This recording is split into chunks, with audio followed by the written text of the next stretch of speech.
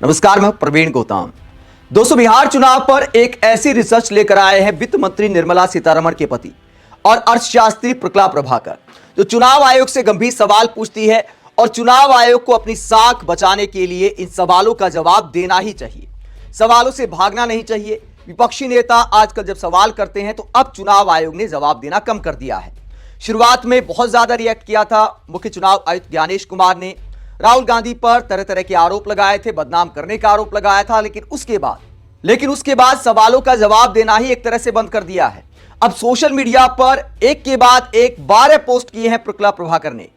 तो चुनाव आयोग को सिलसिलेवार तरीके से हर सवाल का तार्किक जवाब देना चाहिए। आंकड़ों के साथ सवाल उठाए हैं प्रकला प्रभाकर ने।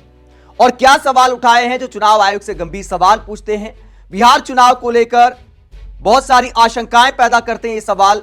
तो चुनाव आयोग को लॉजिकल तरीके से इसका जवाब देना चाहिए और बाकायदा एक प्रेस कॉन्फ्रेंस करनी चाहिए मुख्य चुनाव आयुक्त ज्ञानेश कुमार को और बताना चाहिए कि जो सवाल उठाए जा रहे हैं कि इतने वोटर कैसे बढ़ गए, वोट प्रतिशत कैसे बढ़ गया, ये सब मामला चुनाव आयोग को दूध का दूध पानी का पानी करने की जरूरत है। अब बात करते हैं कि प्रकला प्रभाकर ने क्या सवाल उठाए हैं। ये आप देख सकते हैं, एक के बाद एक 12 पोस्ट किए हैं उन्होंने। इसका हिंदी अनुवाद मैं आपको बता देता हूं क्या क्या सवाल उठाए गए हैं ज्ञानेश कुमार और चुनाव आयोग के नाम सवाल करते हुए। पहली पोस्ट में सवाल किए गए हैं, चुनाव आयोग को बताना होगा कि जो कुल वोट पोल हुए उससे ज्यादा 1,77,673 वोट आखिरकार कैसे गिने गए। उसके बाद सवाल किया गया है, उसने अंतिम एसआईआर आंकड़ा घोषित करने के बाद कुल मतदाताओं की संख्या 2 बार क्यों बदली।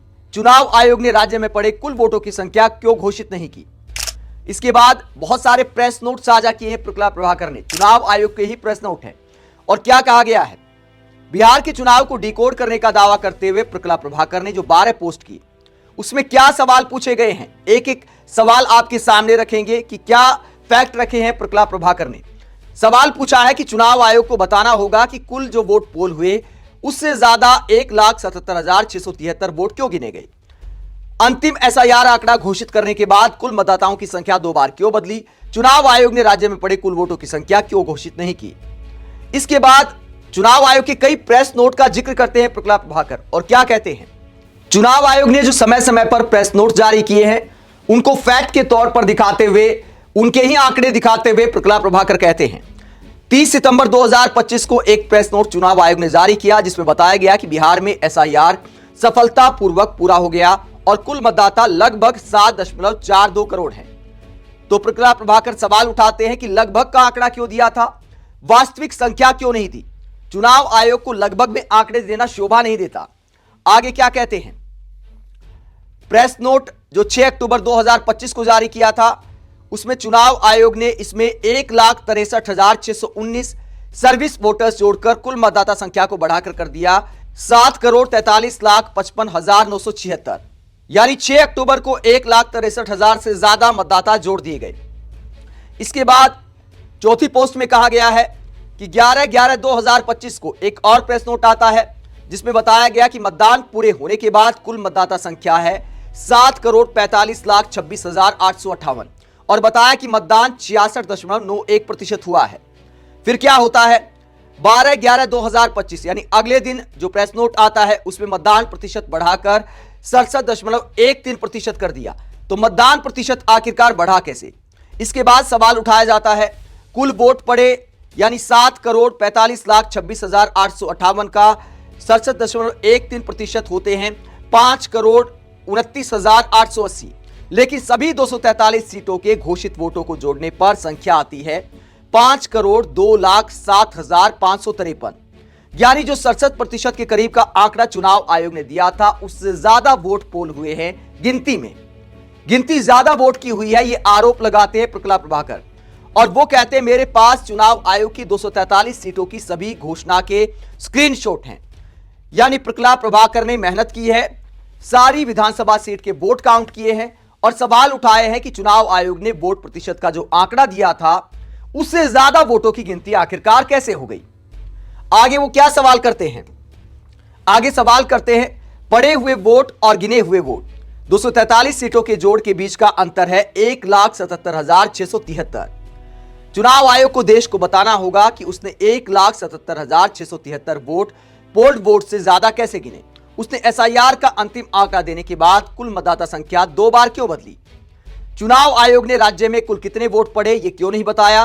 उन्होंने प्रत्येक विधानसभा क्षेत्र में कुल कितने वोट पड़े ये क्यों नहीं बताया। तो ये सवाल करते प्रकल्प प्रभाकर की जब मतदान हुआ तो सीट वाइज आंकड़े पेश क्यों नहीं किए और मतदान की संख्या क्यों नहीं बताई। प्रतिशत में तो बता दिया लेकिन गिनती क्यों नहीं बताई। इसे लेकर वो डाउट पैदा करते हैं कि जब 1,77,000 से ज्यादा वोट गिने गए हैं तो इस पर डाउट खड़ा होता है।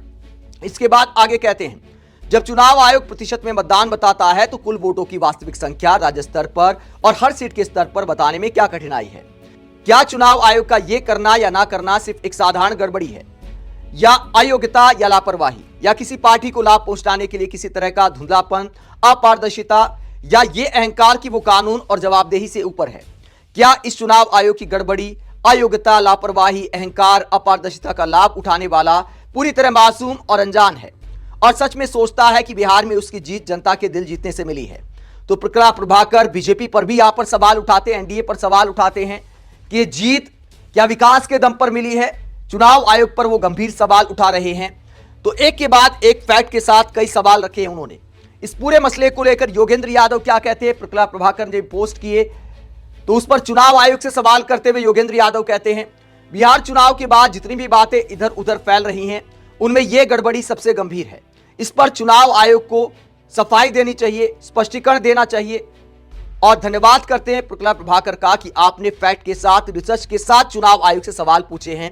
लेकिन दोस्तों क्या चुनाव आयोग इन सवालों का जवाब देगा या हमेशा की तरह सवालों को नजरअंदाज कर दिया जाएगा, कोई रिएक्शन नहीं आएगा कि रोज रोज राहुल गांधी सवाल उठाते हैं, रोज रोज आम आदमी पार्टी के नेता सवाल उठाते हैं, आरजेडी वाले सवाल उठाते हैं, थोड़े दिन सवाल उठाएंगे फिर खामोश हो जाएंगे। मीडिया ऐसे लोगों को स्पेस देता नहीं है।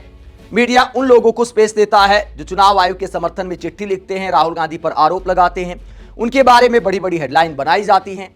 तो क्या इस मामले को ऐसे ही छोड़ देगा चुनाव आयोग? अगर वाकई साख का सवाल है तो लॉजिकल जवाब देना चाहिए कि ये वोट ऐसे बढ़े, ये हमारी मजबूरी थी, ये फैक्ट है। जवाब देने में क्या जाता है।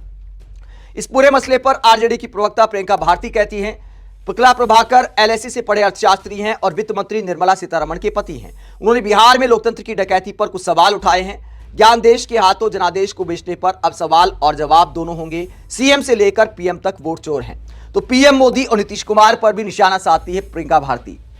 आप इस पूरे मसले को लेकर क्या सोचते हैं? जो प्रकल्प प्रभाकर ने फैक्ट सामने रखे हैं, क्या चुनाव आयोग को इसका जवाब नहीं देना चाहिए? कमेंट बॉक्स में अपनी राय जरूर दें। साथ ही चैनल को सब्सक्राइब भी करें। नमस्कार।